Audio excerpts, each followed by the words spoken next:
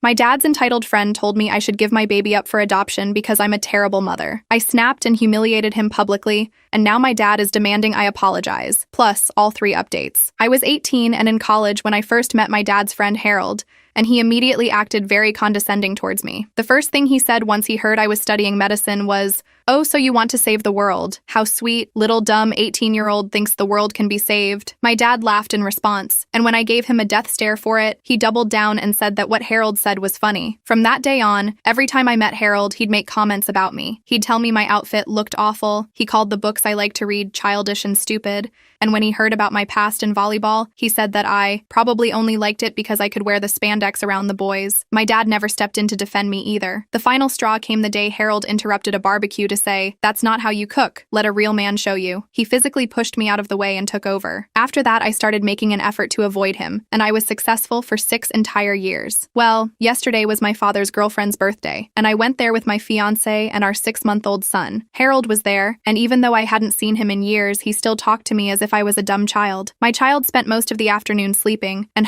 he woke up hungry. I went to breastfeed him, and when I came back, Harold was joking about how I was probably a terrible mother. He started interrogating me about my parenting and calling me a bad mom in front of everyone. I finally snapped when he asked if I'd thought about giving my baby up for adoption. I yelled at him, asking him if he knows so much about parenting. Why does his ex-wife have full custody of his child? I asked him what kind of man tries to sleep with his brother's girlfriend, and as a cherry on top, I told him to lose some weight. "With that gut, no wonder no woman wants to touch you with a 10-foot pole," were my exact words. I left with my fiancé and son, and on the drive home, I was bombarded with texts from my dad, telling me to come back and apologize to Harold right now. I told him there was no way that was happening, and asked him if he had any idea what Harold said to me. He yelled that of course he did, and asked why the hell would I get mad over him offering to make me a sandwich. My jaw dropped agape, and I started laughing my absolute butt off. You see, while Harold and I were having the altercation, my father was in the bathroom, and so he didn't hear anything that was said. I presume all he heard was me yelling, walking out and slamming the door behind me. Anyways, my dad asked me why I was laughing so much, and I told him no reason. He asked me again, and this time I told him Harold was lying. I said that I wasn't going to tell him anything, however,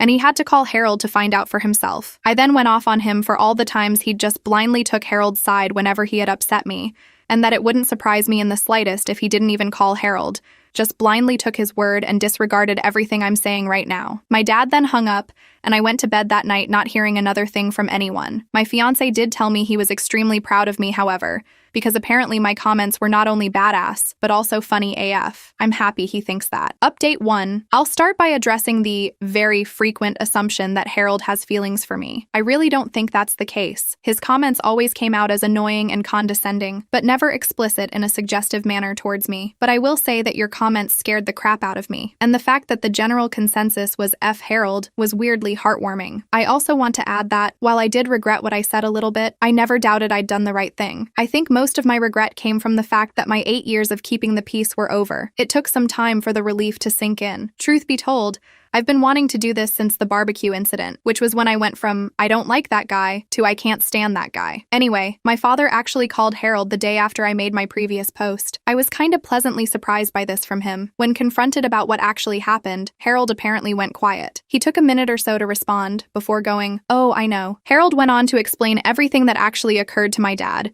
who just listened without a word from what I know. Harold tried to twist the story as him being genuinely concerned about me being a mom so soon, and that he didn't think I knew what I was doing. He did apologize to my father. I don't buy any of what Harold was saying, though. The next day, my dad told me about the call. He said, even after finding out the actual truth, that I should forgive Harold for the honest misunderstanding. He also told me I should apologize too, since I'd overreacted by telling Harold I hated him for such a small reason. Many of Harold's past comments were made with my father close by. It often happened in the middle of conversations with other people, so he'd be too distracted to register them. He also wouldn't notice them most of the time. My dad doesn't pay enough attention to anything that doesn't either concern or anger him, and he'll most likely forget it until he gets angry at something else later anyway. He's like a goldfish. We also have different definitions of what's offensive, so he'd never think they were a big deal. I told my father I wasn't exaggerating when I said I hated Harold, and that the adoption comment was far from being the only reason. I listed most of the condescending treatment and comments I could remember,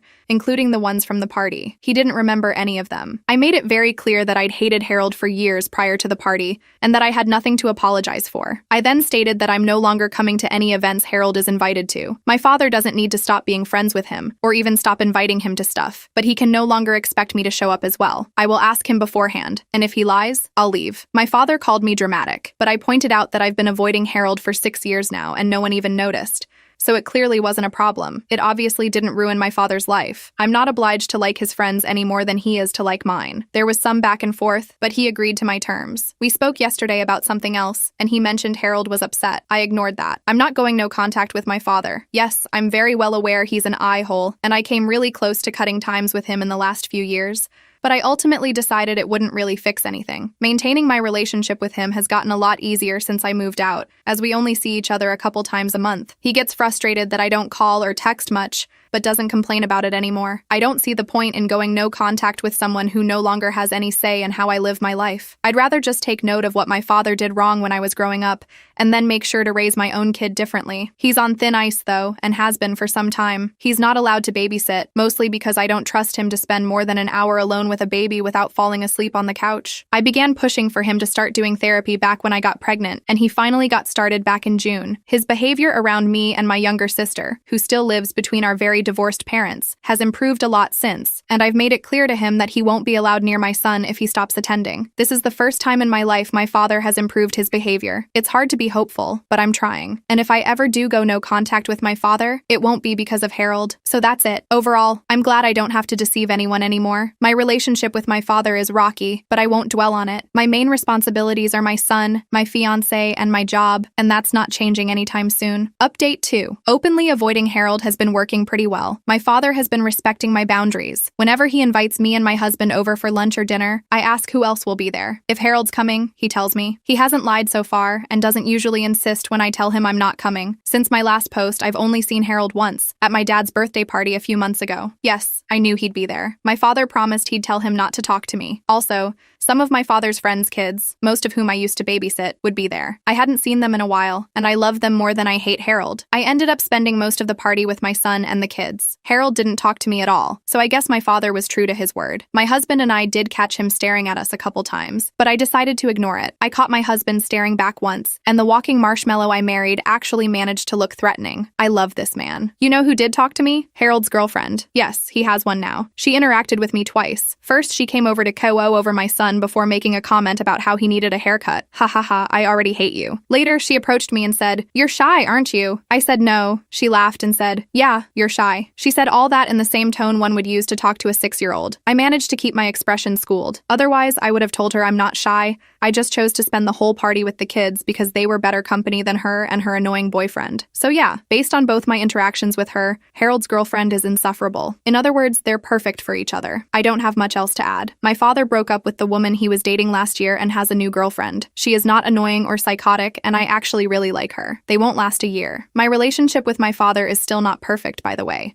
but it has improved. He's actually started apologizing to me a lot more often. I don't know whether it's the therapy or the fact that motherhood has apparently made me terrifying, but I'll take it, and I'll give credit where it's due. He's a very good grandfather. I'm also glad my father is respecting this Harold boundary. I very much don't want this man in my life. Update 3. A few months later, everything had been going pretty well. My dad had actually been sticking to the boundaries I'd set around Harold, and for once, I wasn't dreading family events. I'd go to dinners, bring my fiancé and son, and we'd have a good time without any drama. I honestly thought I was done with Harold. Then came my dad's birthday. It was supposed to be a simple dinner, nothing too big, and I made sure to ask my dad if Harold was going to be there. He reassured me, yet again, that Harold wasn't invited. I felt relieved, especially since I didn't want to deal with him at all. So we went, and everything seemed fine. My dad was in a good mood, his new girlfriend was being sweet, and it was nice catching up with some family friends. But then, a few hours in, guess who waltzes through the door? Harold. And not just Harold, drunk. I shot my dad a look, and he looked just as surprised as I was. He hadn't invited him. Turns out Harold had heard about the party through someone else and decided to show up unannounced. He was loud and obnoxious, acting like he was everyone's favorite person when most of the guests were clearly uncomfortable. I tried to stay as far away from him as possible, just keeping an eye on my son and talking with a few friends. I figured, worst case, we'd leave early if he got too unbearable. But as the night went on, Harold got worse. He started making snide comments to people, mostly my dad, but I could feel his eyes on me the whole time. At one point, I overheard him drunkenly tell my dad, "You should have brought someone else's kid instead of hers. At least then you'd have a chance at decent grandkids." I froze. I wanted to scream at him, but I stayed put, focusing on my son and fiancé. I thought if I ignored him long enough, he'd eventually shut up. Then he tried to help. My dad was at the grill, and Harold, in all his drunken wisdom, decided he needed to show everyone how it was really done. He stumbled over, beer in hand, and physically shoved my dad out of the way. That's when things got dangerous. Harold, trying to flip burgers,